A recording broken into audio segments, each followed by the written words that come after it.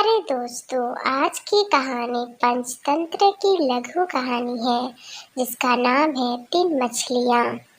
एक छोटी सी नदी में अलग अलग रंग की मछलियाँ रहती थी, जिसमें तीन मछलियाँ लाल, पीली और नीली, ये तीनों मछलियाँ में आपस में बहुत गहरी दोस्ती थी। तीनों मछलियाँ पानी में बहुत प्रेम से रहते थे, इधर से उधर तैरते और आपस में मिलजुल कर रहते थे। एक दिन की बात है, नीली मछलियाँ नदी के किनारे तैर रही थी। उसी समय दो मछुआरे वहां से गुजर रहे थे।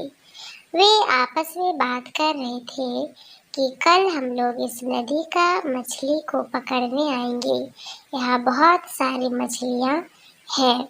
इस बात को सुनकर नीली मछलियाँ अपने दोस्त को जाकर बोलने लगी कि कल इस नदी में मछुआरे मछली पकड़ने आएंगे, इसलिए हम सभी को कल इस नदी से बाहर दूसरी नदी में चले जाने चाहिए।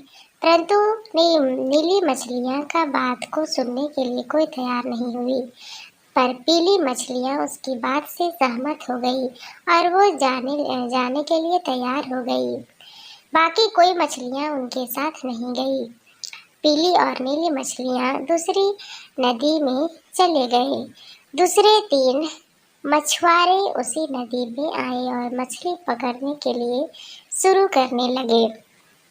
थोड़ी ही देर में मछुआरे जाल से पीली मछली को ही पकड़कर बाहर निकाल लिए और भी बहुत सारी मछलियाँ वो पकड़कर बाहर निकालने लगे। इस बात को दूर से ही दूसरे नदी से बाकी मछलियाँ देख रहे थे कि उनकी दोस्त पीली मछलियाँ को मछुआरे पकड़ लिए थे और फिर सारे मछलियाँ को मछुआरे पकड़ कर ले गए।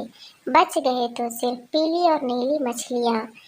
वे इसलिए बचे क्योंकि जब समस्या आ रही थी तब वे समस्या से भागने के लिए दोनों मिलकर कदम उठाए।